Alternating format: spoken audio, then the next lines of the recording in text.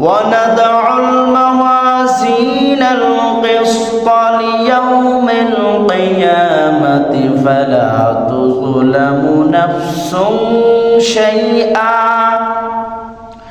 وإن كان مثقال حبة من خردل أتينا بها وكفى بنا حاسبين।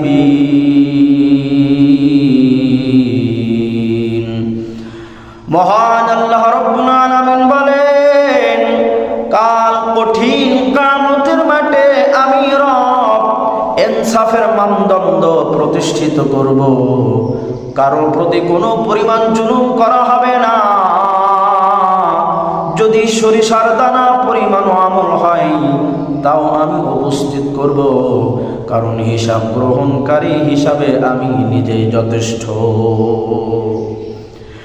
আল্লাহ রাব্বুল আলামিন আরো জানাচ্ছেন, ওয়ানাতিল বুজুহু লিল হাইয়িল কাইয়্যুম ওয়া ক্বাদ খাবা মান হামালা যুলমা।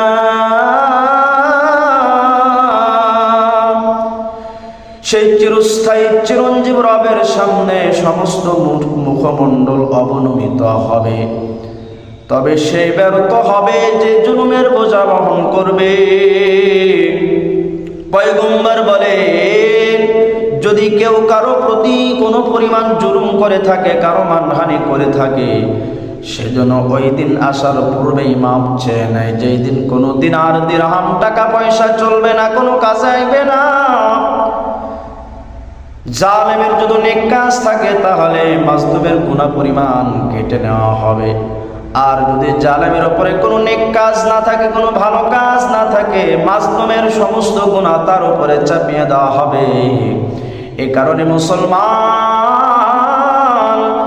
আখিরাতের চিন্তা চেতনা মানুষকে সুন্দর পথ দেখায়, আর আখিরাতের চিন্তা চেতনা যদি দিলের মধ্যে না থাকে, আল্লাহর ভয় না থাকে, তাহলে সেই মানুষ নাস্তিক হয়ে যায়।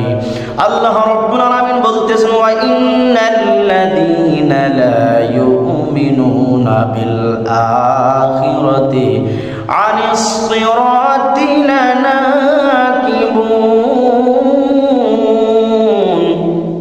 ওয়া ইন্নাল্লাযীনা লা ইউমিনুনা বিল আখিরা, যারা আখিরাতের প্রতি ঈমান আনে না, বিশ্বাস করে না, তারা সঠিক পথ থেকে বিচ্যুত হয়ে যায়।